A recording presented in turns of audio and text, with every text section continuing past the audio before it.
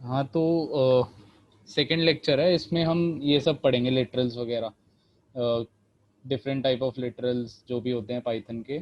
String literals होते हैं, फिर न्यूमेरिक लिटरल्स में ये सब आता है, इंट, फ्लोट और कॉम्प्लेक्स। और तीसरा हम Boolean literal, floating point literal, ये सब देखेंगे। स्टार्ट करते हैं इसमें। तो लिटरल होता क्या? तो लिटरल को ये भी कहा जाता है कांस्टेंट वैल्यूज। तो एक ऐसे होते हैं कि इनकी फिक्स वैल्यू होती है हमारे इसमें, जैसे कि, और डिफरेंट टाइप्स होते हैं। जैसे कि सबसे पहला हम पढ़ेंगे स्ट्रिंग लिटरल्स। तो इसमें जो पाइथन सपोर्ट करता है, पाइथन 3, वो होता क्या है, स्ट्रिंग लिटरल एक सीक्वेंस ऑफ कैरेक्टर्स होता है, और इनमें कोट्स होते हैं। और दो तरह के कोट्स होते हैं, सिंगल या डबल या ट्रिपल कोट्स, तीन तरह के होते हैं।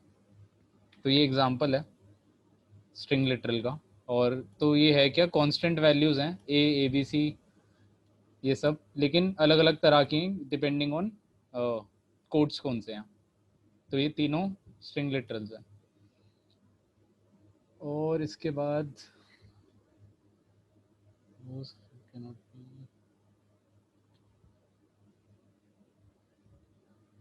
इसके बाद ये सब सम एस्केप सीक्वेंस, और तो कुछ एस्केप सीक्वेंस होते हैं जिनको हम स्ट्रिंग लिटरल्स के अंदर ही हम लेते हैं इनको भी। तो जैसे different type of escape sequence हैं, और इनका यूज़ भी अभी देखेंगे कि ये करते क्या हैं। तो जैसे ये होता है, जैसे बैक स्लैश न्यू लाइन। तो इसमें बैक स्लैश और न्यू लाइन को इग्नोर, मतलब ये एग्जाम्पल से ही ज़्यादा समझ आएगा, अभी देख लेंगे हम कैसे होगा, क्या होगा। ठीक है, तो ये अभी ये थ्योरेटिकल उसमें है कि ये कैसे यूज़ करते हैं इनको। दो बार बैक स्लैश लगाया, सिंगल कोट को करना है तो बैक स्लैश लगा के single quote, and double quote के लिए भी ऐसे। इसका एग्जाम्पल से ज़्यादा समझ आएगा, एक बार देख ही लेते हैं। तो ये हमारा पाइथन कमांड प्रॉम्प्ट है, इस पर मैं टाइप करूँगा कमांड। तो जैसे मैं प्रिंट कर रहा हूँ अभी कुछ भी, जैसे ABC। तो जब भी हमें प्रिंट करना होता है तो इसके अंदर हमें एक यहाँ पे कोट लगाना होता है और यहाँ पे कोट लगाना होता है। अब मैं प्रिंट करना चाहता हूँ, मान लो मुझे प्रिंट करना है, एक कोलन प्रिंट करना है, तो वो कैसे होगा? अभी कुछ इधर कोलन तो आया नहीं, तो मैं चाहता हूँ कि एक ये वाला कोट में प्रिंट करना चाहता हूँ, तो कैसे होगा ये देखते हैं। कुछ होगा इसमें? इसमें कुछ भी नहीं होगा। तो इसको करने के लिए हमें एक एस्केप सीक्वेंस लगाना होता है, जैसे यहाँ पे कर रखा है। तो जैसे ही हम ये लगाएंगे तो वो उसको प्रिंट करेगा। जैसे ये है, मैंने किया, मैं लगाऊंगा बैक स्लैश, जैसे ABC बैक स्लैश कोट, अब ये प्रिंट करेगा उसको। तो इसका आउटपुट ABC के बाद कोट आ गया। क्योंकि हमारे फंक्शन के अंदर भी कोट्स का यूज़ होता है, तो इसलिए प्रिंट को बताने के लिए कि हम ये प्रिंट कराना चाहते हैं इस कोड को, हमें एक बैक स्लैश लगाना पड़ता है ताकि वो प्रिंट हो। तो इसका यूज़ ये है। और मतलब डिफरेंट टाइप्स, जैसे अगर हमें ये प्रिंट कराना है तो ऐसे एक बैक स्लैश लगा के सिंगल कोट लगाएंगे, और बैक स्लैश प्रिंट कराना है तो हम बैक स्लैश के बाद एक और बैक स्लैश लगाएंगे। ये भी देख लेते हैं एक बार। इसे प्रिंट करना है मुझे बैक स्लैश को, तो ABC बैक स्लैश को प्रिंट करने के लिए एक और बैक स्लैश लगाया, तो अब ये प्रिंट होगा। अगर मैं सिंगल करूँगा तो नहीं होगा ये।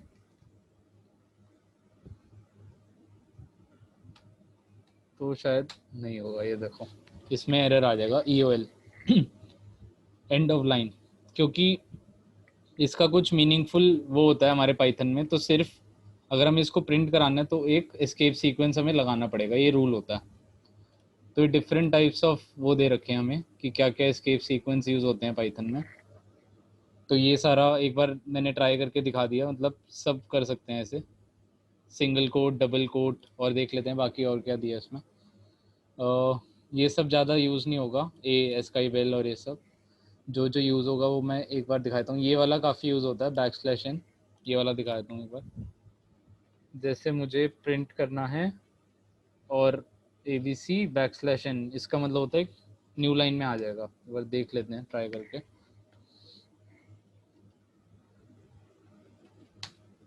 तो इसका मतलब ये क्या किया इसने, बैकस्लैश एन ने ABC पूरा प्रिंट किया यहाँ पे, लेकिन जैसे हमने बैकस्लैश एन दिया तो एक नई लाइन में ले गया और उसके बाद ये प्रिंट कर दिया DF। तो बैकस्लैश एन काफ़ी यूज़ होता है जब भी आउटपुट जनरेट करना होगा कुछ, और ये इतना यूज़ नहीं होता बैकस्लैश आर। टैब टैब काफ़ी यूज़ होता है, टैब करके दिखाता हूँ। टैब में क्या होता है कि कुछ स्पेस, 4 स्पेसेस होती है टैब में, 1 2 3 4, ये बैकस्लैश टी का मतलब होता है। अगर आपको ऐसे कुछ करना है तो आप सीधा जैसे ABC किया मैंने, बैकस्लैश टी किया, DF किया, तो अपने आप ये 4 स्पेसेस दे देगा। ABC और DF के बीच में 4 स्पेसेस दे देता है अगर आप बैकस्लैश टी का यूज़ करते हो, और इसका मतलब होता है टैब, एज का ही हॉरिजॉन्टल टैब। ये भी काफ़ी यूज़ होता है आउटपुट्स में जब भी आउटपुट कुछ करना होगा। ये वर्टिकल टैब होता है, ये भी इतना यूज़ नहीं होता। जो मेन यूज़ होता है वो बता दी मैंने, बैकस्लैश एन होता है, बैकस्लैश टी होता है, ये होता है बैकस्लैश के साथ ये डबल कोट, सिंगल कोट और बैकस्लैश। इसमें बैकस्लैश ओ और ये सब जो दे रखे हैं कैरेक्टर विद ऑक्टल, ये आगे देखेंगे कि ऑक्टल क्या होता है, मैं समझाऊंगा, कुछ समझ नहीं आएगा यहाँ पे, हेक्स वैल्यू ऑक्टल वैल्यू, तो ये आगे देखते हैं। Some escape sequence are only recognised in string literals, character with 16, ये भी फिर वही है हेक्स और वो, तो इसको आगे ही मतलब समझ नहीं आएगा कुछ भी बताऊंगा मैं तो आगे एक बार देखते हैं क्या है। ठीक है, आगे देखते हैं अब। तो ये थ्योरी इतनी मेरे को भी समझ नहीं आएगी ऐसे पढ़ने से, लेकिन खुद अगर आप ट्राई करोगे ये सारे एग्जाम्पल के साथ जैसे मैंने किया तो ज़्यादा क्लियर होगा। आ गया ना राघव सर, ये समझ आ गया ना? हेलो। क्लियर है। हाँ, तो ये जो है ना, ये जो बाकी सारे हैं ये मतलब तभी आएगा आगे जब हम पढ़ेंगे ना इसका डिटेल में, तो ही ठीक रहेगा ये बताना। ठीक है, अब उसी एग्जाम्पल को वो दिखा रखा है जो हमने अभी ट्राई किया था। तो जैसे ये है बैकस्लैश प्रिंट कराने के लिए, जैसे अभी हमने देखा था 2 बार आपको बैकस्लैश वो करना पड़ेगा तभी वो प्रिंट होगा। सिंगल कोट भी दिखा दिया था, डबल कोट भी हमने दिखा दिया था, टैब दिखा दिया था। बैकस्पेस ज़्यादा यूज़ नहीं होता, बाकी सब तो दिखाई दिए, बैकस्लैश एन दिखा दिया था, बैकस्लैश दिखा दिया, सिंगल कोट डबल कोट ज़्यादा दिखाई दिया इसमें।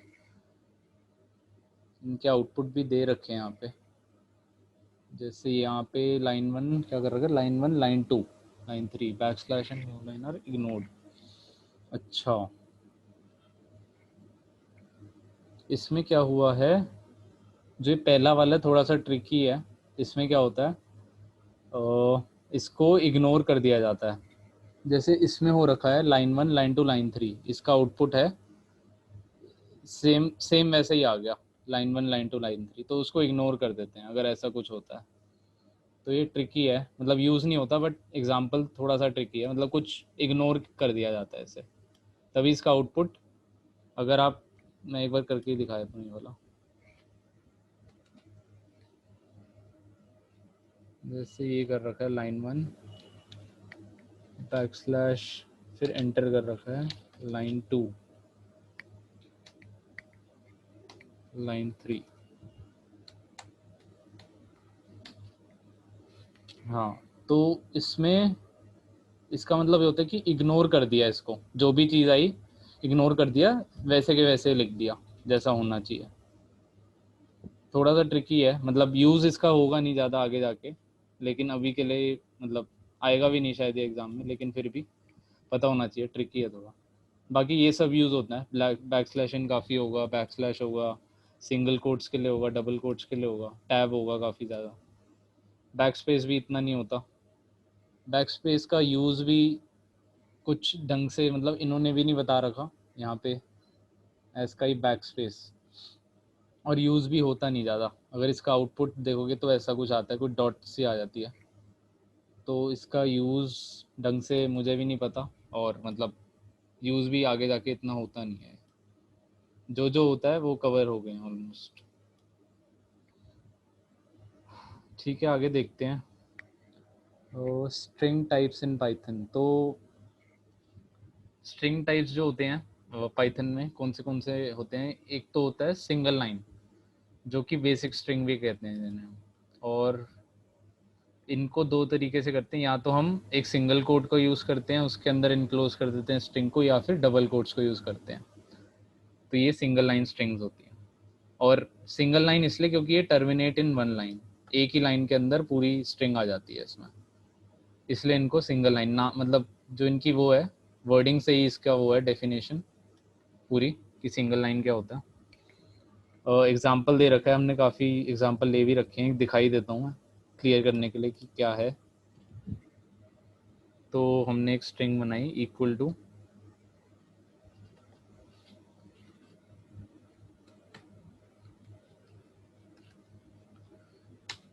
तो ये str हमारी एक सिंगल लाइन स्ट्रिंग है।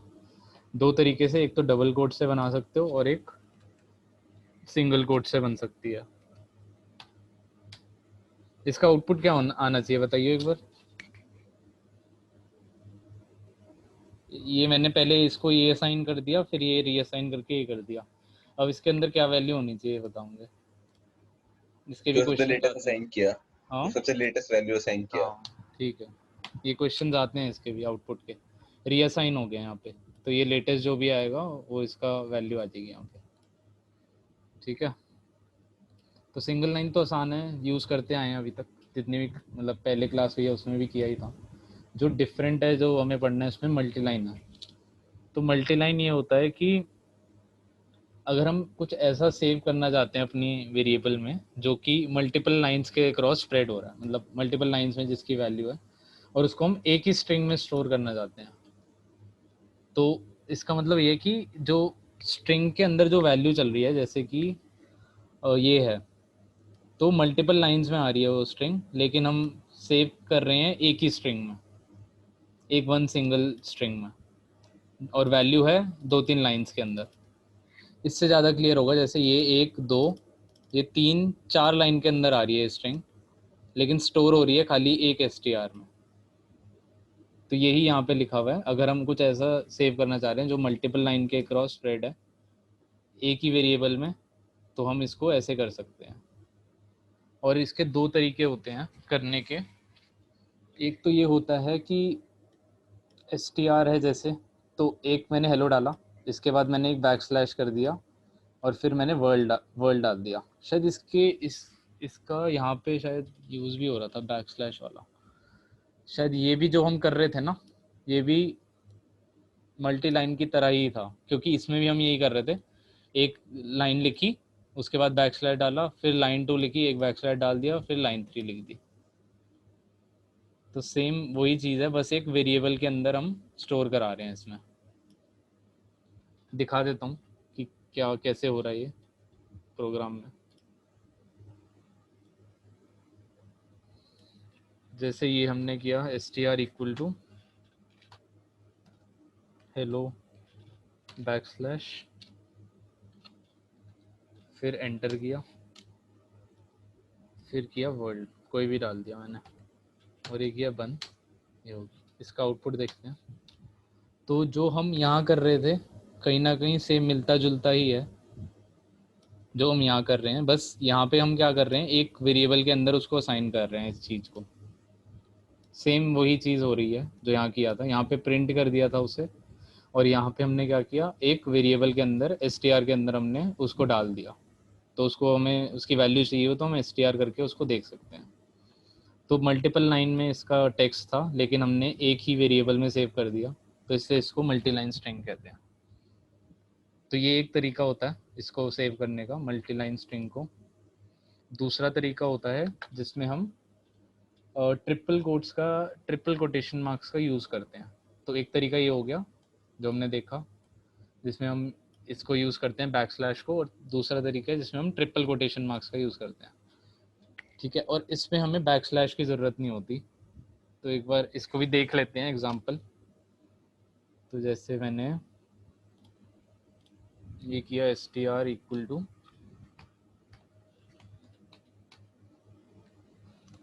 हेलो वर्ल्ड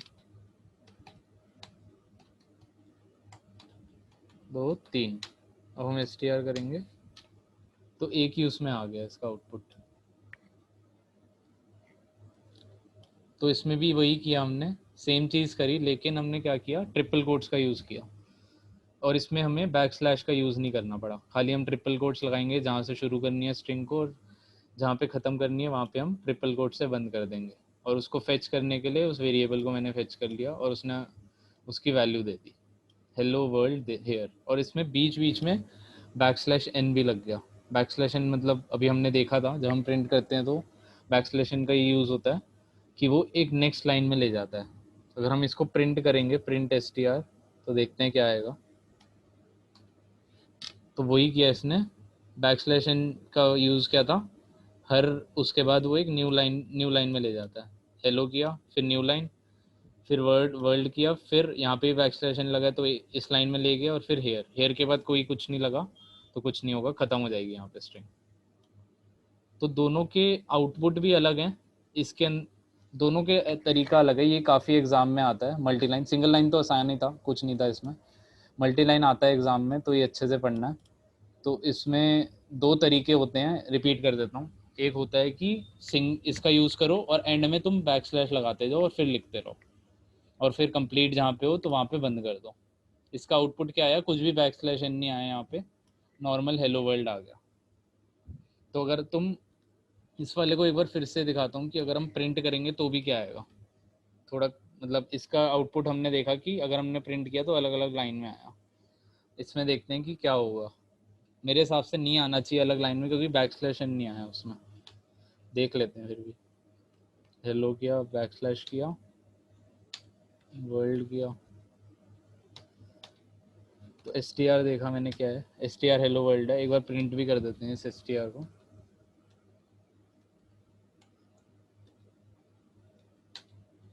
तो देखो ये डिफरेंस है, इसमें कुछ भी बैक स्लैश एन अपेंड नहीं होता जब भी हम इस वाले मेथड को यूज़ करते हैं, लेकिन जब भी हम ट्रिपल लाइन स्ट्रिंग के मेथड को यूज़ करते हैं और लिखते रहते हैं तो एक बैक स्लैश एन अपेंड होता रहता है उस स्ट्रिंग में। तो जैसे ही हम इसको प्रिंट करेंगे तो हमें पता है बैक स्लैश एन का यूज़ क्या है, वो एक नई लाइन में ले जाता है। तो हेलो किया, फिर नई लाइन, वर्ल्ड किया कि नई लाइन गई, फिर हेयर आया। और इसमें ऐसा कुछ भी नहीं हुआ, जब हमने देखा तो एक ऐसी की ऐसी स्ट्रिंग मिल गई हमें। तो अगर हम इसको प्रिंट भी करेंगे तो ये सेम एज इट इज़ आ जाएगा। ये आ गया समझ, दो हाँ, ये मल्टी आ गया। आ गया ना। बस एक सेकंड, एक सेकंड। एक बार ये अच्छे से मतलब कर ले, आता जरूर है एग्जाम में। एक बार कुछ भी डाउट हो तो इसमें।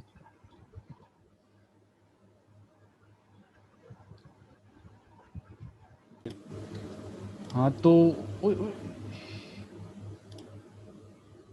एक सेकंड में हाँ तो मोस्टली जो दो तरह की ये अच्छे से करनी है, काफ़ी ज़्यादा पूछी जाती है, सिंगल लाइन और सिंगल लाइन स्ट्रिंग तो नॉर्मल होगी, मल्टी लाइन स्ट्रिंग दो तरह से बना सकते हैं, एक ये वाला मेथड और एक ट्रिपल कोट्स वाला मेथड। तो ये काफ़ी ज़्यादा पूछी जाती है और अच्छे से करनी है, इसलिए दोनों का आउटपुट अलग होता है। जैसे कि अभी हमने देखा, एक एक इसमें आउटपुट जो देती है हमें, वो एक ही लाइन में दे देती है। जो दूसरी आउटपुट देती है हमें, वो एक बैक स्लैश अपेंड कर देती है हर लाइन के साथ। तो जब भी हम इसको प्रिंट कराते हैं इस स्ट्रिंग को, तो वो अलग अलग, हेलो के बाद एक लाइन छोड़ती है, वर्ल्ड के बाद एक लाइन छोड़ती है, ऐसे होता है। लेकिन सेम अगर हम उसको प्रिंट कराएंगे तो वो एक ही लाइन में देती है। तो ये डिफरेंस है, दोनों मल्टी लाइन स्ट्रिंग के मेथड है, लेकिन कुछ एक डिफरेंस है, वो याद रखना है, आता है एग्जाम में। ठीक है, तो ये ऑलमोस्ट कवर हो ही गया स्ट्रिंग वाला। आगे करते हैं, ठीक है ना। ये वाला हो गया है, और तो कुछ नहीं है ना इसमें। नहीं, और नहीं है इसमें। ठीक है, आगे देखते हैं क्या है। आगे हमारा है न्यूमेरिक लिटरल्स पे आ जाते हैं। तो लिटरल जैसे हमने पढ़ा था क्या होता है, कांस्टेंट वैल्यूज़ होती हैं। जैसे कि अभी हमने देखा A B C D F और मल्टीलाइन स्ट्रिंग सारी कांस्टेंट ही थी ये सारी लिटरल होते हैं। लेकिन सिर्फ स्ट्रिंग टाइप के नहीं होते, ये न्यूमेरिक भी हो सकते हैं। तो एक तो सिर्फ स्ट्रिंग टाइप की नहीं होती, और भी होती है, न्यूमेरिक लिटरल्स भी होते हैं जिसमें न्यूमेरिकल वैल्यू स्टोर होती है हमारी वेरिएबल में।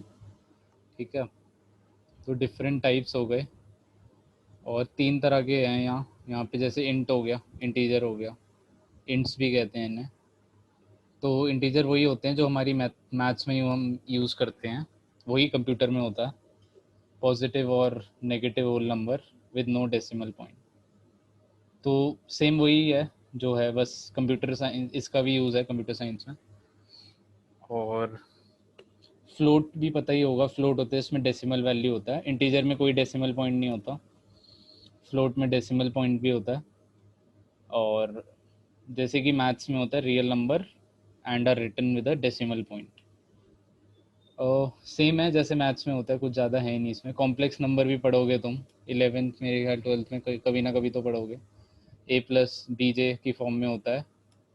तो ये तो मैथ्स वाला ही है, ज़्यादातर कंप्यूटर में इतना यूज़ नहीं है इसका, लेकिन फिर भी पता होना चाहिए क्या है। Where A and B are float, कुछ भी फ्लोटिंग वैल्यू हो सकते हैं ए बी, और जो जे होता है वो रूट ऑफ -1 होता है, जो कि एक इमेजिनरी नंबर होता है, उसको हम iota, is real part, a real part होता है और बी इमेजिनरी पार्ट होता है, और जे की वैल्यू होती है रूट ऑफ -1। तो ये तो मैथ्स में पढ़ोगे, आगे देखते हैं।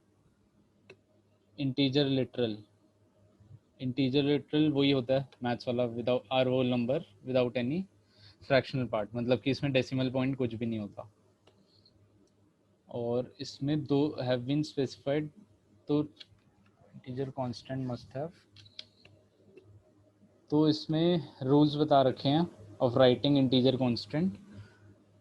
तो एटलीस्ट एक डिजिट होना चाहिए इसमें, and must contain any decimal point, positive negative कुछ भी हो सकता है, नंबर विद नो साइन, पता ही होगा कि पॉजिटिव कहते हैं, जैसे मैथ्स है सेम वैसा ही है, कुछ भी डिफरेंस नहीं है।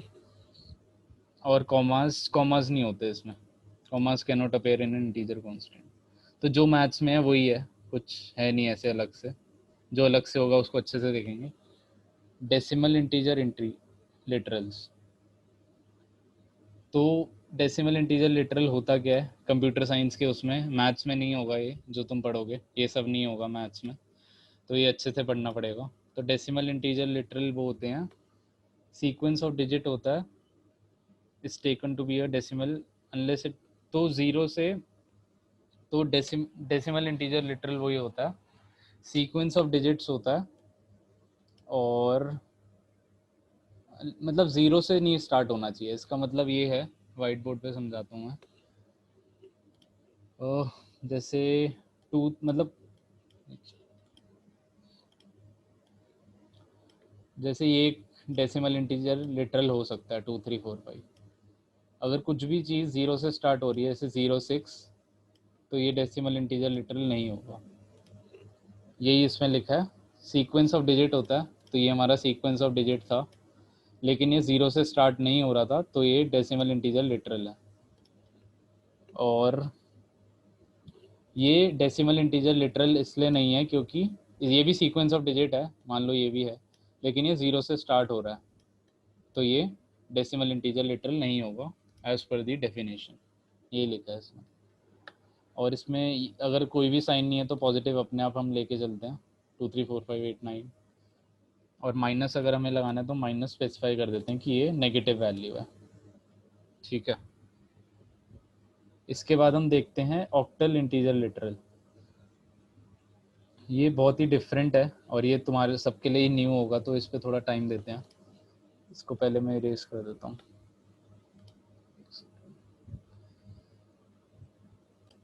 तो ऑक्टल इंटीजर लिटरल, तो इसकी डेफिनेशन ये है कि एक सीक्वेंस ऑफ डिजिट है, स्टार्ट होगा ये ज़ीरो और ओ से, ज़ीरो और ओ शुरू में आता है इसके, और उसके बाद जो भी नंबर होता है वो हम करते हैं। तो इसकी पहचान यही है कि एक सीक्वेंस ऑफ डिजिट होगा, लेकिन ये स्टार्ट होगा हमेशा ज़ीरो और ओ से, ठीक है। फॉर इंस्टेंस, तो ये देखते हैं, कुछ समझ नहीं आएगा ऐसे कि ये 8 डेसिमल इंटीजर है, तो इसको ये कैसे कन्वर्ट में कैसे आता है, ये 0 कैसे होता है, ये एक बार देख लेते हैं वाइट बोर्ड पे। मान लो कि ये हमारा डेसिमल इंटीजर है, 8 लिखा है ना, 8 डेसिमल इंटीजर हो गया हमारा, तो इसको हमें कन्वर्ट करना है ऑक्टल में, ठीक है। तो हम क्या करते हैं ऑक्टल में कन्वर्ट करने के लिए, एलसीएम शायद पढ़ा ही होगा सबने, तो एलसीएम के लिए भी हम यही करते हैं। तो अगर हमें ऑक्टल में करना है तो इसको रिपीटेड डिवाइड करते हैं हम 8 से। तो हम यहाँ पे 8 लिखेंगे, यहाँ पे आ जाएगा 1, यहाँ पे आ जाएगा 0, तो ये हो जाएगा। उसके बाद अगर हम फिर से 8 करेंगे तो यहाँ पे 0 आ जाएगा और यहाँ पे आ जाएगा 1, तो ये पूरा हो जाएगा, ये ख़त्म हो जाएगा। जब ये हो जाएगा तो इसके बाद हम ऐसे लेंगे उसको ऑक्टल नंबर बनाने के लिए। तो इस 0 को हम कंसिडर नहीं करेंगे, ये 1 और 0, तो इसको हम लिखेंगे 1 0। तो ये हमारा डेसिमल डिजिट 8 जो हमने यहाँ देखा था वो ऑक्टल में हमारा होगा 10। यहाँ पे कुछ एक्सप्लेन नहीं कर रखा कि 8 का 10 कैसे आया, और क्योंकि ये 10 आ गया तो इसके बाद हम इसको हम लिख सकते हैं 0 0 O 10, या फिर 10 के ऐसे करके 8 लगा सकते हैं सबस्क्रिप्ट में, ताकि हम बोलें, ताकि हमें पता लगे दूसरे बंदे को कि ऑक्टल हमने लिखा है, डेसिमल नहीं लिखा। अगर ऑक्टल से, अब ये ऑक्टल आ गया हमारे पास राइट, तो इसको हमें फिर से करना है डेसिमल में कन्वर्ट। तो हम कैसे करते हैं, ये तो हो गया हमने डेसिमल से ऑक्टल किया, अब ऑक्टल से डेसिमल कैसे करें। तो मान लो ये हमारा ऑक्टल नंबर है 10 8 था, तो इसमें हम क्या करेंगे, इसको कंसिडर नहीं करेंगे 0 को, ये अभी हम रहने देंगे। इस पर हम लगाएंगे 0, लास्ट से स्टार्ट करेंगे, ये ऑक्टल नंबर है, लास्ट से स्टार्ट करेंगे, यहाँ पे हम नंबर्स हम डालते चलेंगे, यहाँ से 0 से स्टार्ट करेंगे, यहाँ पे 0 1 कर देंगे। हम कर रहे हैं ऑक्टल से डेसिमल। अब इसको लिखने के लिए हम क्या करते हैं, तो इसमें हम करते हैं, यहाँ पे हम ऐसे लिख देते हैं 1, जो भी यहाँ पे लिखा है यहाँ लिख दिया, प्लस किया, यहाँ पे लिख दिया 0। उसके बाद हम ये वाले लेटर लिखे हैं मैंने यहाँ पे, ये 0 यहाँ पे ले गया मैं और 1 को यहाँ ले गया।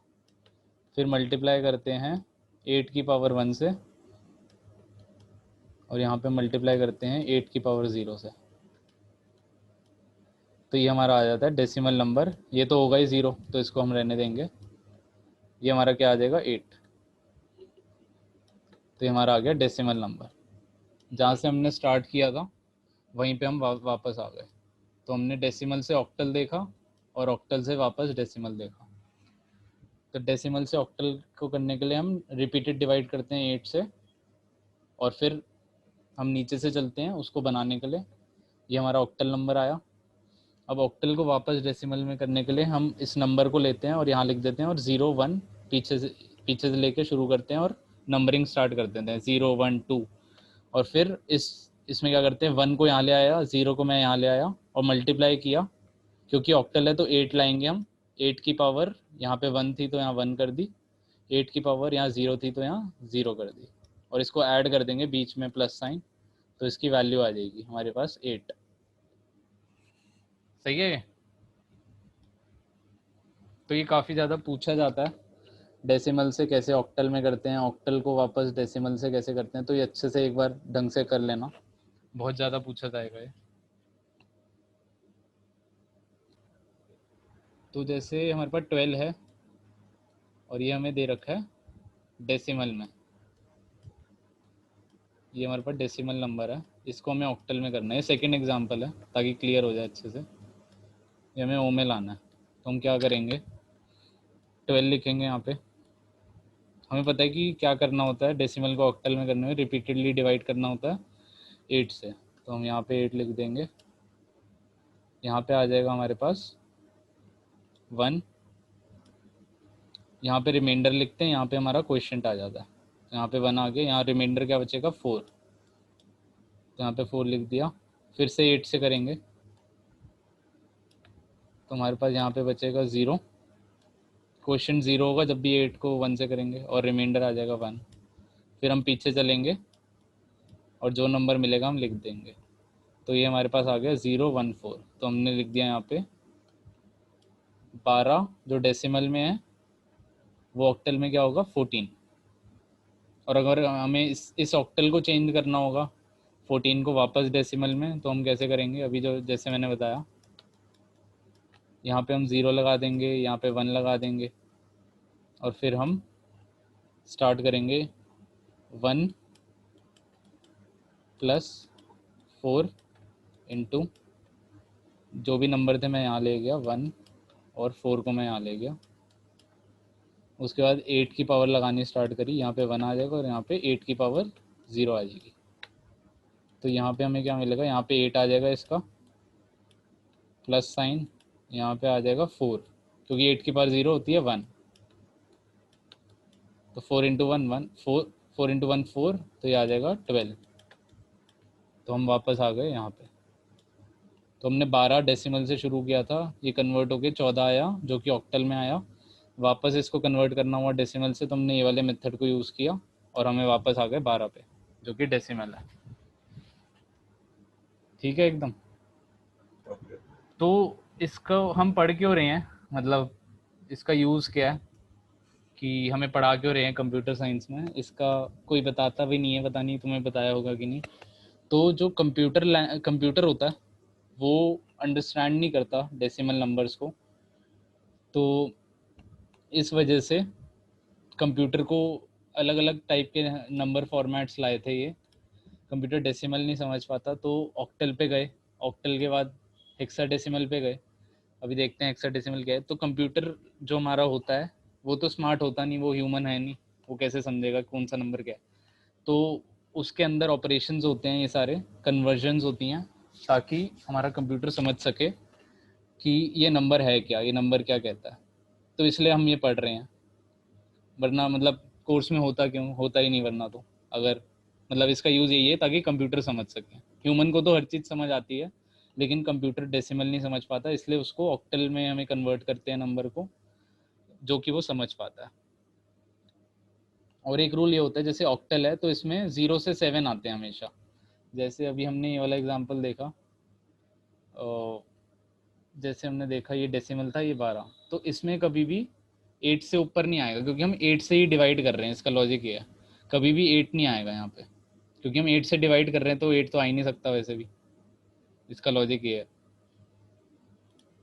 तो जब भी ये नंबर आता है, ये होते हैं इसमें octal value can only contain 0 to 7, 8 और 9 इनवैलिड डिजिट होते हैं इसमें। तो फिर इसलिए इसमें एग्जांपल दिया है कि 0029 0080 ये इनवैलिड ऑक्टल नंबर होते हैं क्योंकि इसमें 0 से 7 तक ही होता है, 8 और 9 इनवैलिड होते हैं।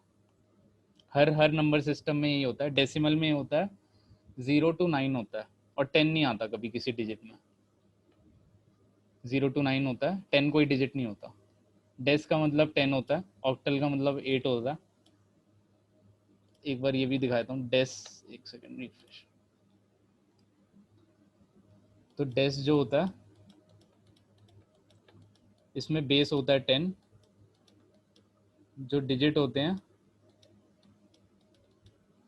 वो 0 से 9 तक होते हैं, ये होता है डेसिमल। ऑक्टल होता है जो हमारा, इसका बेस होता है 8 और जो डिजिट्स होते हैं वो होते हैं हमारे 0 से 7 तक। कभी भी 8 9 वाले इनवैलिड हो जाएंगे। अब जो हम पढ़ने वाले हैं हेक्साडेसिमल, उसमें होते हैं 16। हेक्सा का मतलब होता है 16, तो इसमें 0 से 15 तक होंगे जो हमारे डिजिट होंगे वैलिड, 16 कभी नहीं होगा। तो अभी देखते हैं ये कैसे करते हैं, इसमें क्या होता है। तो इसमें हमने देखा था कि ओ जैसे 0 ओ होता है पहचानने का तरीका, इसमें होता है 0 और एक्स पहचानने का तरीका कि वो हेक्साडेसिमल है कि नहीं। ठीक है। तो अब हम देख इसकी भी कन्वर्जन एक बार देख लेते हैं कि इस 12 को हमने हेक्साडेसिमल में कैसे लिखा, कैसे लिखेंगे हम इसको। तो इसकी कन्वर्जन भी देख लेते हैं एक बार। तो इसमें एग्जांपल दिया है 12 का, तो ये हमारा डेसिमल है 12।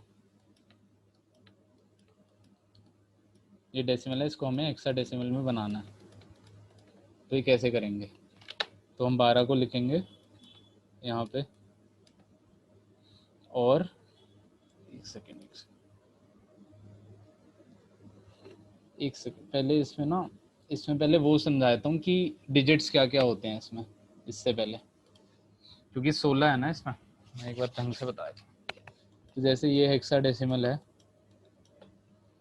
तो इसमें हमारे होते हैं, क्योंकि इसका बेस क्या हुआ 16, तो इसमें कायदे से जैसे अभी हम देख रहे थे डिजिट्स होने चाहिए 0 से 15,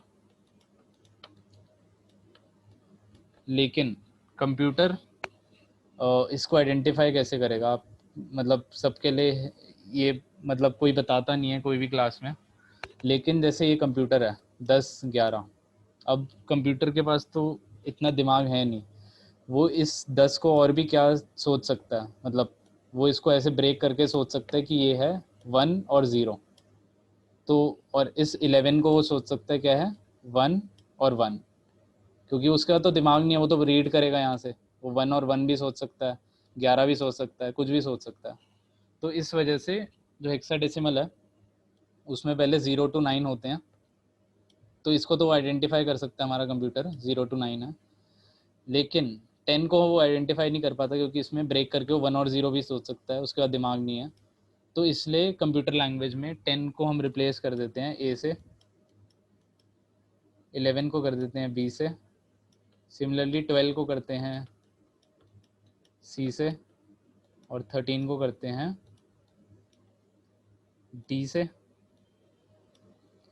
14 को करते हैं ई से, और लास्ट हमारा है 15, क्योंकि हेक्सा है तो 15 तक जाएगी, 0 to 15, 15 को हम कर देते हैं रिप्लेस एफ से।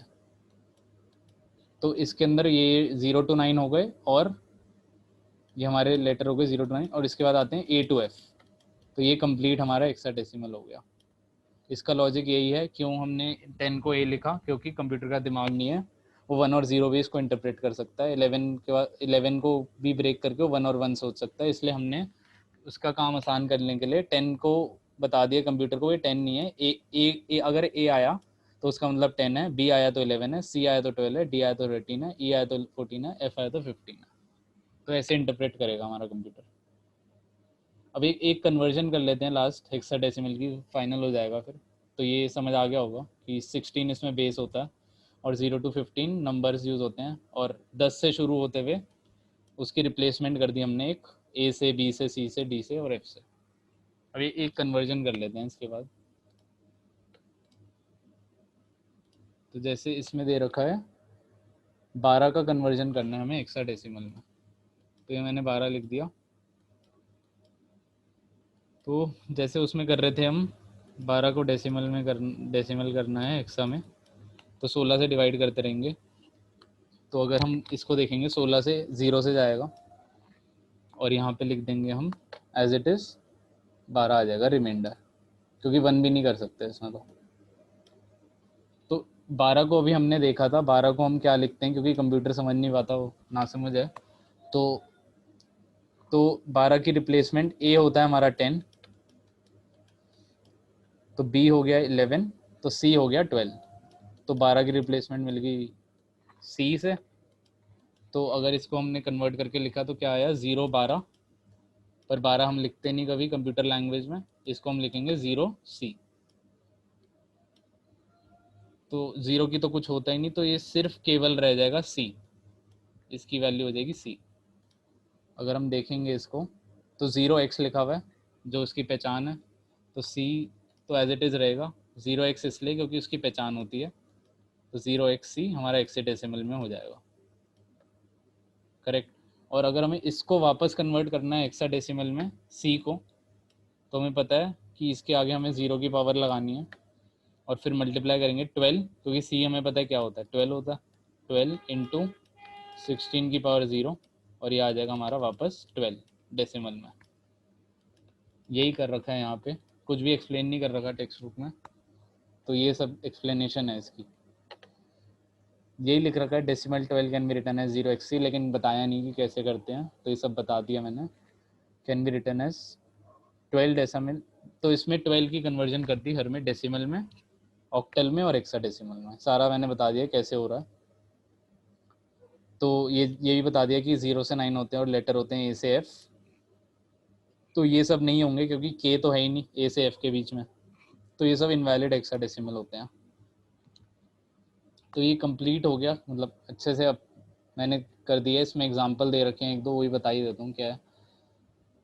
इसमें सबसे पहले इंटीजर नॉर्मल कर रखा है, -12, 30, और ये मल्टीप्लिकेशन तो ये तो कर ही रखा है हमने, नॉर्मल डेसिमल इंटीजर है। और इसमें क्या कर रखा है, ऑक्टल, अगर हम 0010 है तो ये कंप्यूटर को पता है कि ये ऑक्टल है, वो कन्वर्ट कर देगा इसको ऑक्टल में और आउटपुट दे देगा 8 की पावर 0, 8 की पावर 1, तो ये कितना हो जाएगा 8। तो यहाँ पे इसने 8 दे दिया। अभी 1 4 है तो ये भी वही करेगा, 8 की पावर 0, 8 की पावर 1, तो ये 12 होगा मेरे ख्याल, यही 12 हो रखा है। सिमिलरली सी अभी हमने देखा 12 होता है, तो यहाँ पे आउटपुट 12 दे रखा है। सिमिलरली हम इसको भी कन्वर्ट कर सकते हैं, इसमें कैलकुलेशन थोड़ी ज़्यादा है, इसने कंप्यूटर एकदम कर देता है कैलकुलेशन, तो उसने कर रखी है 17900 डेसिमल में। बाकी ये सब कवर हो गया। एक एग्जांपल और ले लेते हैं जिसमें मैं कन्वर्ट कर देता हूँ एक और हेक्साडेसिमल को, ताकि और क्लियर हो जाए। जैसे हमें 18 को करना है,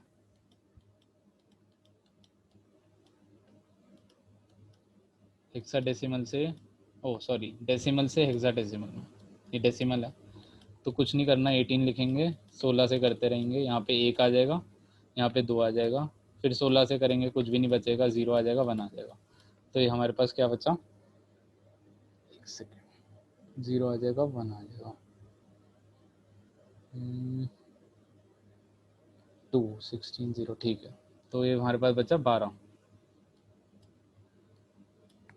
पर गलत लग रहा है, 1 सेकेंड। तो 18 का मैंने वेरीफाई कर लिया, 12 ही होता है, यहाँ पे भी दे रखा है गूगल पे, 18 का 12 होता है।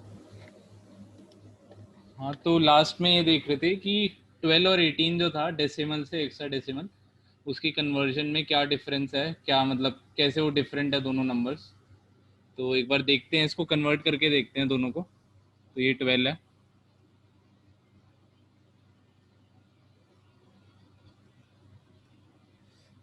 ये मैंने 16 से किया, यहाँ पे आया 0 और यहाँ पे 12 आ गया, तो यहाँ पे सिर्फ 12 बचता है। तो ये इसको हम लिखेंगे 0 और 12, तो 12 एक नंबर है इसमें, और इसकी रिप्लेसमेंट हमें पता है सी होती है, तो यहाँ आ गया हमारे पास सी। अब 18 को करेंगे सिमिलरली,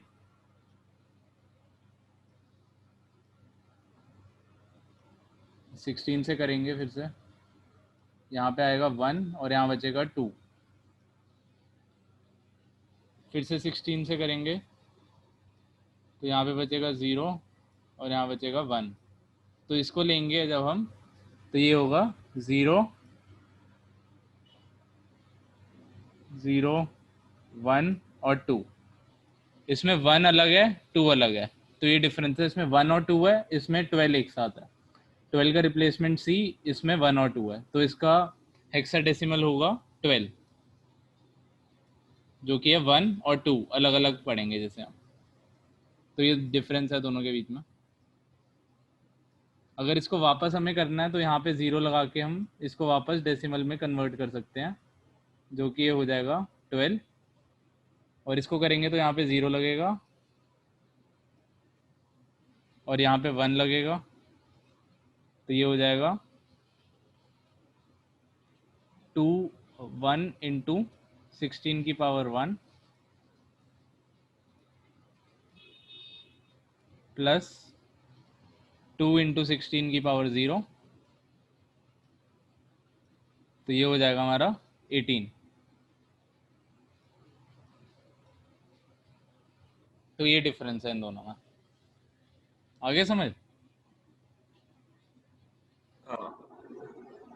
ये 16 से क्या, तो 0 और 12 बचा, तो ये 12 एक साथ है, तो 12 की कन्वर्जन हमें पता है हेक्साडेसिमल में सी होती है, तो ये 12 आ गया। लेकिन इसमें हमने जब किया तो 1 यहाँ पे आया था क्वेश्चन और यहाँ रिमाइंडर 2 था, फिर 16 से किया, यहाँ 0 क्वेश्चन 1 रिमाइंडर, तो इसको अलग अलग कर, ये अलग अलग 1 और 2 है, तो इसका डेसिमल कन्वर्जन हुआ सी, 12 का डेसिमल कन्वर्जन हुआ सी हेक्साडेसिमल में, 18 का डेसिमल कन्वर्जन हुआ 1 और 2, तो ये दोनों अलग है। तो हमें पता है कि जब भी हेक्साडेसिमल लिखते हैं तो 0 और x लिखते हैं, उसके बाद नंबर लिखते हैं। तो कंप्यूटर के अंदर ये मैथमेटिकल फंक्शन होते हैं जो इसको कन्वर्ट करते हैं डेसिमल को हेक्साडेसिमल में, अब हमारे पास पता है हमें 0xc आया है इसका आउटपुट हेक्साडेसिमल में, तो कंप्यूटर यहाँ से रीड करना शुरू करेगा। 0x है तो ये हेक्साडेसिमल लेगा, और c है तो इसका मतलब इसको 12 लेगा डेसिमल कन्वर्जन में। ऐसे ही जब 18 का कन्वर्जन होता है हेक्साडेसिमल में तो 1 और 2 आता है, तो क्योंकि उसे पता है हेक्साडेसिमल है तो 0x लिखेगा और फिर 1 और 2 लिखेगा। अब हमें पता है 0x लिखा है तो इसका मतलब है हेक्साडेसिमल नंबर। अब ये देखेगा, इसको देखेगा 1 और 2 अलग अलग लिखे हुए हैं। अब क्योंकि उसे पता है कि अगर ये 12 होता तो ये C होता, लेकिन कन्वर्जन में इसका आया 1 और 2, तो ये कंप्यूटर समझ जाएगा कि ये 12 नहीं है, क्योंकि अगर इसका 12 होता तो ये C होता। ऐसे ऐसे मतलब ऐसे नहीं छोड़ते इसको, पर ऐसे छूटा हुआ है तो इसको इंटरप्रेट करा जाएगा 1 और 2। कंप्यूटर ऐसे इंटरप्रेट करेगा इसमें।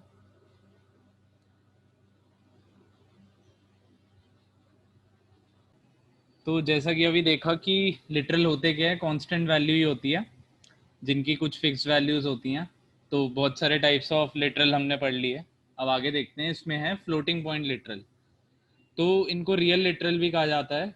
और ऐसे रियल लिटरल ये होते हैं कि जैसे जिनका फ्रैक्शन पार्ट होता है, यानी कि कुछ डेसिमल पार्ट होगा, या फिर जो भी मैथ्स में तुमने पढ़ा फ्रैक्शन, वही यहाँ पे कंप्यूटर लैंग्वेज में भी सेम ही है उसका मतलब। और दो तरह से इनको लिखा जा सकता है कंप्यूटर उसमें, एक होता है फ्रैक्शनल फॉर्म और एक होता है एक्सपोनेंट फॉर्म। तो फ्लोटिंग पॉइंट लिटरल को दो तरह से लिखा जाता है, एक फ्रैक्शनल फॉर्म और एक्सपोनेंट फॉर्म। तो इसमें fractional floating point literal fractional form में साइंड और अनसाइंड डिजिट्स होते हैं, और इनके बीच में एक डेसिमल पॉइंट होता है इन डिजिट्स के बीच में। एक नॉर्मल सी, जैसे हम मैथ्स में लिखते हैं डेसिमल, एक नंबर लिखते हैं डेसिमल वाला, वैसे ही सेम ही है फ्रैक्शन फॉर्म, और कुछ भी नहीं है। बस इसमें थोड़ी सी टेक्निकल इसमें टर्म्स आ गई हैं, जैसे कि साइंड और अनसाइंड क्या होता है। तो साइंड वो होता है जिसमें तुम्हें मतलब कि पॉजिटिव और नेगेटिव कुछ भी हो सकता है। एक सेकेंड। तो साइंड होता है जिसमें पॉजिटिव भी हो सकता है और नेगेटिव भी हो सकता है। मतलब तुम्हें पता नहीं है कि ये पॉजिटिव है नेगेटिव है, दोनों आ सकता है। जैसे कि एक इंटीजर ले लो, +8 भी हो सकता है और -8 भी हो सकता है, तो ये साइंड हो गया। अनसाइंड क्या होता है, जिसमें एक ही साइन होता है और कंप्यूटर उसमें वो पॉजिटिव रहता है। जैसे कि >0 जितने भी हैं वो सारे अनसाइंड हो गए, जैसे कि 1 2 3। तो ये एक ही साइन रहता है अनसाइंड का, और साइन में प्लस माइनस दोनों हो सकते हैं। तो सेम ही है, डेसिमल पॉइंट होता है और कंसिस्ट ऑफ साइंड और अनसाइंड। ठीक है, द रूल। तो इसमें कुछ वो दे रखा है कि मतलब ये फॉलो करना पड़ेगा जो भी इसमें दे रखा है कि एक constant in fraction must have at least 1 digit with the decimal. तो इसमें एक डिजिट होना चाहिए, एटलीस्ट 1 डिजिट, और with the decimal point before और आफ्टर, और पॉजिटिव और नेगेटिव साइन मतलब होना चाहिए इसमें। इसमें ज़्यादा कुछ मतलब एग्जाम्पल से ही देखते हैं कि क्या है, कि वैलिड कौन सा है और इनवैलिड कौन सा, उससे ज़्यादा समझ आएगा। तो इसमें जैसे वैलिड लिटरल में देखते हैं कि सिमिलर जैसे मैथ्स में हम देखते हैं वही है 8.19, एक फ्रैक्शनल, एक ये है फ्रैक्शनल फॉर्म है, एक रियल फ्लोटिंग पॉइंट लिटरल का। सिमिलरली ये 765 पॉइंट, ये -139, सब कुछ सिमिलर ही है इसमें, एग्जाम्पल कुछ ज़्यादा है नहीं। तो ये जो कह रहा है यही इसको उसमें लिखा हुआ है, मतलब इसको राइटिंग में लिखा हुआ है कि it must have at least 1 digit with the decimal point either before और आफ्टर। तो एक डिजिट होना चाहिए एटलीस्ट, और डेसिमल पॉइंट या तो पहले होना चाहिए या फिर उसके बाद में होना चाहिए। और पॉजिटिव और नेगेटिव दोनों कुछ भी हो सकते हैं, और जिसका कोई भी साइन नहीं होता वो बाय डिफ़ॉल्ट पॉजिटिव ही होता। और इनवैलिड कौन से हैं इसमें देखते हैं। इसमें डेसिमल पॉइंट नहीं है तो इनवैलिड हो गया। इसमें ये जो सिंबल है वो इलीगल है तो इसलिए इनवैलिड है, और इसमें कॉमा अलाउड नहीं होते तो ये इनवैलिड हो गया। और ये सब तो वैलिड है, ये ऊपर दे रखे हैं, ये वैलिड है। तो ज़्यादा कुछ है नहीं, जो मैथ्स में करते हैं ज़्यादातर वही चीज़ें हैं, लेकिन इसमें कुछ कुछ रूल्स है जो याद करने पड़ेंगे, जैसे कि ये वाला सिंबल इलीगल होता है इसमें, और कॉमा नहीं अलाउड होता है, और डेसिमल पॉइंट होना चाहिए। तो सिमिलर ही है मैथ्स का, ज़्यादा कुछ है नहीं। इसके बाद ये देखते हैं, थोड़ा सा डिफरेंट है कंप्यूटर लैंग्वेज में, एक्सपोनेंट फॉर्म क्या होती है। इसमें दो चीज़ें होती है, मैंटिसा और एक्सपोनेंट। एक्सपोनेंट फॉर्म में एक होता है मैंटिसा और एक होता है एक्सपोनेंट। तो 5.8 एग्जाम्पल से ही समझेंगे इसको भी, कि 5.8 है, उसको हम ऐसे लिख सकते हैं 0.58 इंटू 10⁻1। 5.8 को ऐसा लिखा जा सकता है, और इसको हम इसको अगर हम पाइथन में लिखना है तो 0.58 E01। तो इसमें मेंटिसा पार्ट जो हो गया हमारा वो ये वाला हो गया 0.58, और एक्सपोनेंट पार्ट हो गया वो हो गया ये 1, और E01 होता है 10⁻1। तो इसको एग्जांपल से ही समझते हैं कि हो कैसे रहा है कोडिंग में। तो जैसे मैंने कहा 0.58E01, तो इसका मतलब ये आया 0.58 हमारा मेंटिसा हो गया, इंटू इंटू को स्टार से लिखते हैं, इंटू 10⁻1, यानी कि इंटू 10 ही हो गया। तो इसमें बस ये कहना चाह रहे हैं कि इसको फ्रैक्शनल पार्ट को ऐसे लिखा है इसमें, 0.58 को अलग कर दिया, और जो भी 10 की पावर लिखनी है वो हमने E01 के हिसाब से लिख दिया। E होता है 10 की पावर, और यहाँ पे जो भी राइट में होगा उसकी पावर आ जाएगी। अगर यहाँ पे 02 लिखता हूँ मैं, 0.58 E02, इसका क्या आंसर आना चाहिए बता, आइडिया है कुछ? नॉर्मल 58 आएगा इसका तो। हाँ, तो 0.58 मेंटेसा हो गया, इंटू ये हुआ क्या एक्चुअली 0.58 इंटू 10⁻2। पावर ऐसे लिखते हैं पाइथन में, एक बार ट्राई करते हैं। तो वही आया है, अप्रॉक्स आया है इसमें। अगर हम वैसे लिखना चाहते हैं 0.58 इंटू 100 भी लिख सकते हैं इसमें। तो क्योंकि यहाँ पे डेसिमल पॉइंट है, तो इसलिए आंसर हमारा डेसिमल में आ रहा है, जो कि एक क्लोजेस्ट अप्रॉक्सीमेट कर रखा है 57.9999। तो यही किया है इसने, 0.58 इसको ऐसे एज इट इज रख दिया, और इंटू E02 का मतलब है 10 की पावर, और 10⁻2 मतलब 58 आ जाएगा आंसर। इस वाले केस में हमारा एग्जैक्टली 58.0 आया है, लेकिन जब हम नॉर्मली करते हैं 0.58 इंटू 10⁻2, तो डेसिमल प्लेस, मतलब इसमें डेसिमल में बहुत सारे डिजिट्स हैं यहाँ पे, तो इसने ज़्यादा एक्यूरेट आंसर दिया हमें एज कम्पेयर टू दिस। ठीक है, तो इसमें बस यही ध्यान रखना है कि ये वाला मेंटिसा होता है जो यहाँ पे दे रखा है, ये वाला एक्सपोनेंट होता है जो 10 की पावर में जाता है, और तो और जो मेंटिसा होता है वो यहाँ पे, मतलब इसकी पोजीशनिंग ध्यान में रखनी है। और तो एग्जाम्पल है इसमें, जैसे 152E05, तो इसका मतलब है 152 इंटू 10⁻5 इसका आंसर होगा। वैसे ये है सिमिलर 1.52E07, सारे सिमिलर ही हैं। एक बार नेगेटिव वाला ट्राई करते हैं, जैसे इसमें दे रखा है -173E3, तो इसका एक बार आउटपुट देख लेते हैं।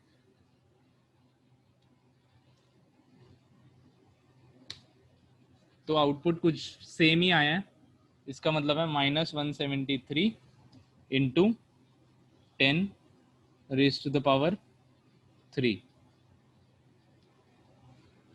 तो ये सिमिलर आंसर आएगा, इसमें सेम आंसर आया यहाँ पे। तो कुछ भी नहीं है, नेगेटिव पॉजिटिव सब कुछ सेम ही है। करना क्या है, मेंटिसा को लेना है, इनटू करना है, 10 की पावर जो भी ई के बाद लिखा है वो कर देना है, और कुछ भी नहीं है। और इसमें इनवैलिड इसलिए हैं इनवैलिड इसलिए है क्योंकि इसके बाद कोई भी वो नहीं आ रहा, डिजिट नहीं आ रहा एक्सपोनेंट फॉर्म में। इसके बाद ई के बाद कुछ भी नहीं लिखा हुआ। तो ये कुछ रूल्स हैं जो फॉलो करने पड़ेंगे। जैसे इसमें कहा है कि अगर कोई डिजिट नहीं है उसके बाद ई के बाद तो एरर आएगा। जैसे कि अभी हमने देखा, मैंने ट्राई किया 1.89 ई लिख के, तो इसमें इनवैलिड सिंटैक्स आ गया। तो अगर कुछ भी नहीं स्पेसिफाई किया एक्सपोनेंट फॉर्म के बाद तो फिर एरर आएगा। इसमें कुछ डेसिमल में नहीं हो सकता ई के बाद, कुछ फ्रैक्शनल पार्ट नहीं हो सकता ई के बाद, पूरा इंटीजर टाइप होना चाहिए इसमें, और कोई भी कॉमा अलाउड नहीं होता इसमें भी। जैसे इसमें 198 के बाद कॉमा दिए तो ये अलाउड नहीं होता। तो ये सब फॉलो करना पड़ेगा। ई के बाद कुछ ना कुछ होना चाहिए, डेसिमल नहीं होना चाहिए, और कॉमा अलाउड नहीं होता। ठीक है, इसके बाद आगे बढ़ते हैं। बूलियन लिटरल क्या होता है? तो बूलियन का मतलब ये होता है,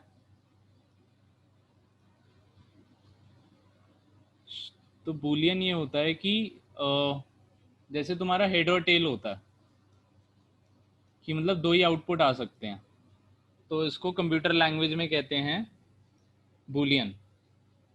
और बहुत ज़्यादा यूज़ होने वाला है ये, फ्लैग वगैरह काफ़ी ज़्यादा प्रोग्रामिंग में यूज़ होता है, तो इसको देखना। और इसमें जैसे हेड और टेल या 1 होगा या 0 होगा, वैसे ही इसमें होता है कंप्यूटर लैंग्वेज में, या ट्रू होगा या फॉल्स होगा।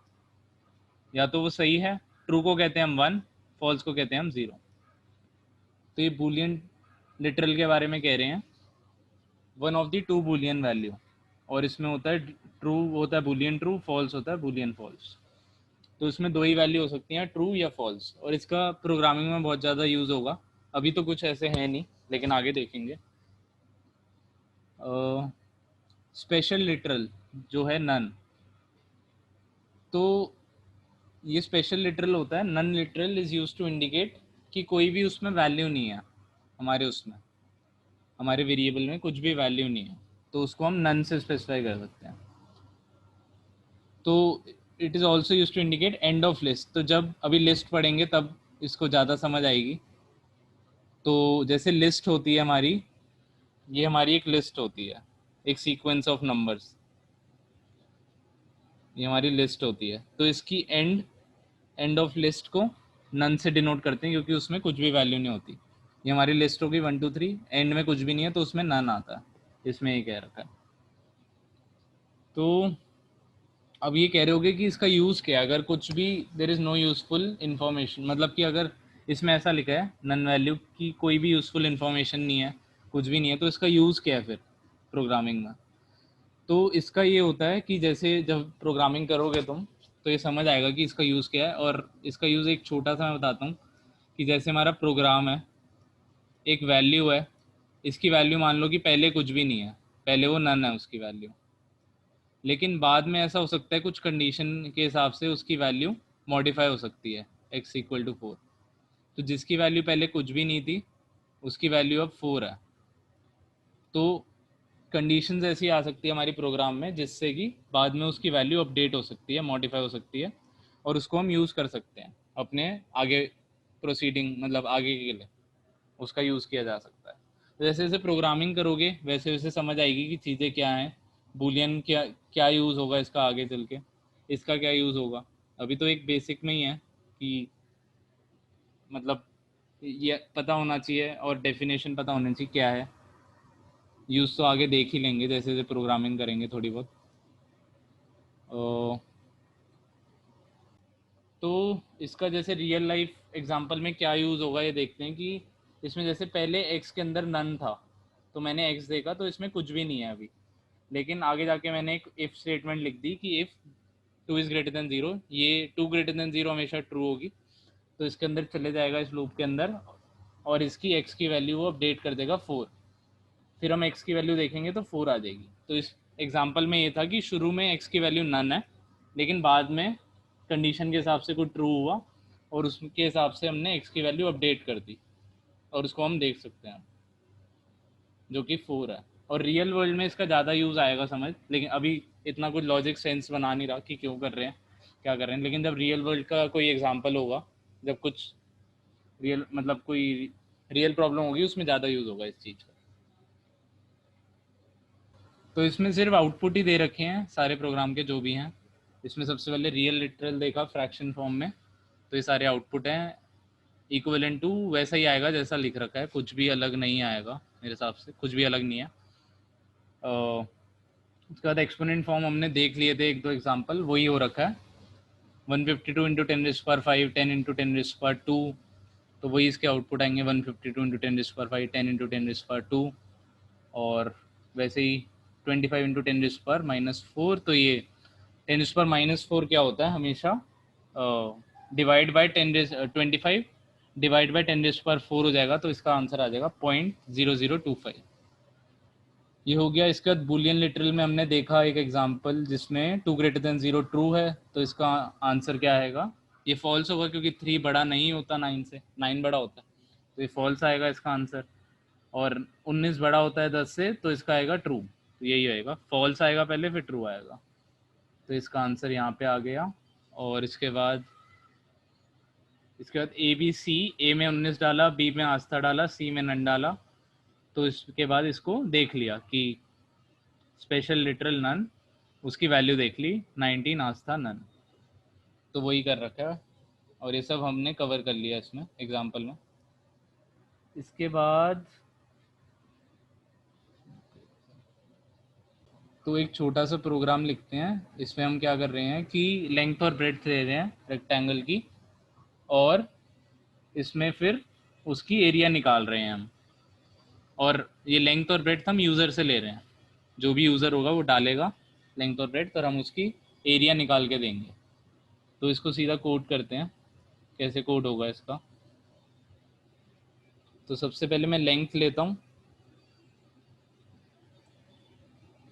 तो इसमें फ्लोट ले रखा है, फ्लोट इसलिए कि डेसिमल पॉइंट हो सकती है उसकी वैल्यू, तो फ्लोट लिया मैंने। इनपुट, इसके अंदर हम अपना मैसेज स्पेसिफाई करते हैं, जो यूज़र को प्रॉम्प्ट दिखेगा कि जो भी यूज़र होगा उसको क्या दिखेगा स्क्रीन पे। इसके बाद मान लो मैंने 8 डाल दी इसकी लेंथ, अब मैं ब्रेड डालता हूँ, bread equal to float input, अब हम उसको प्रॉम्प्ट करेंगे कि वो ब्रेड डाले।